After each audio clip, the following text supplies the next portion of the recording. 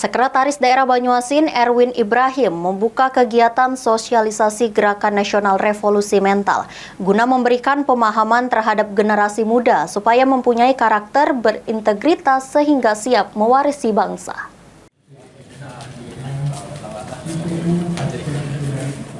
PJ Bupati Banyuasin Hani Sopia Rustam melalui Sekretaris Daerah Erwin Ibrahim membuka kegiatan sosialisasi Gerakan Nasional Revolusi Mental atau disingkat GNRM di Aula Kantor Camat Tanjung Lago, Kabupaten Banyuasin. Kegiatan ini bertujuan untuk menciptakan perubahan positif dalam masyarakat. Dalam sambutannya, Sekretaris Daerah Erwin Ibrahim menyampaikan bahwa GNRM terus bergerak maju dengan berbagai program dan inisiatif yang bertujuan untuk meningkatkan kesadaran masyarakat akan pentingnya perubahan mental dalam mencapai kemajuan yang berkelanjutan. Salah satu aspek penting dari GNRM adalah pendidikan tentang nilai-nilai moral, etika, dan kearifan lokal yang menjadi pondasi dalam pembentukan karakter individu.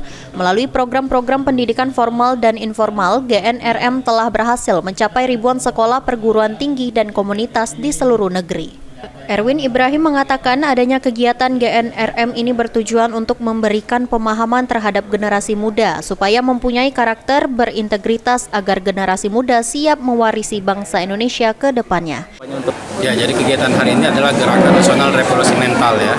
Tujuannya adalah untuk memberi pemahaman kepada anak-anak terutama generasi muda supaya menjadi generasi yang memiliki karakter berintegritas, memiliki etika kerja, memiliki hati yang bersih, dan juga tentunya menjadi generasi yang siap untuk mewarisi bangsa Indonesia ini ke depan.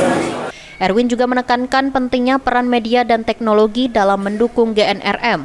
Melalui media sosial, aplikasi, dan platform online lainnya, pesan-pesan GNRM ini dapat disampaikan secara lebih luas dan efektif kepada masyarakat, terutama generasi muda yang merupakan agen perubahan potensial dalam masyarakat.